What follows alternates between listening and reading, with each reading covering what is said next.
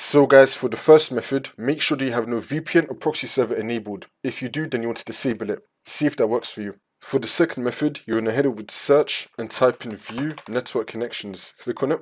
And then once you're on this, you're going to find your network adapter. You're going to double click on it. And then click on properties. And then click on Internet Protocol version 4. Now once you're on this, make sure that you have Obtainer IP address automatically selected. Now you want to select use the following DNS server address.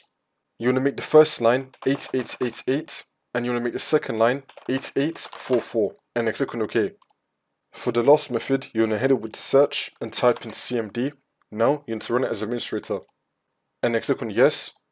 And then once you're on this, you want to type in ipconfig space /flush DNS. Click on enter. Now you want to type in netsh space winsock space reset. Click on enter again.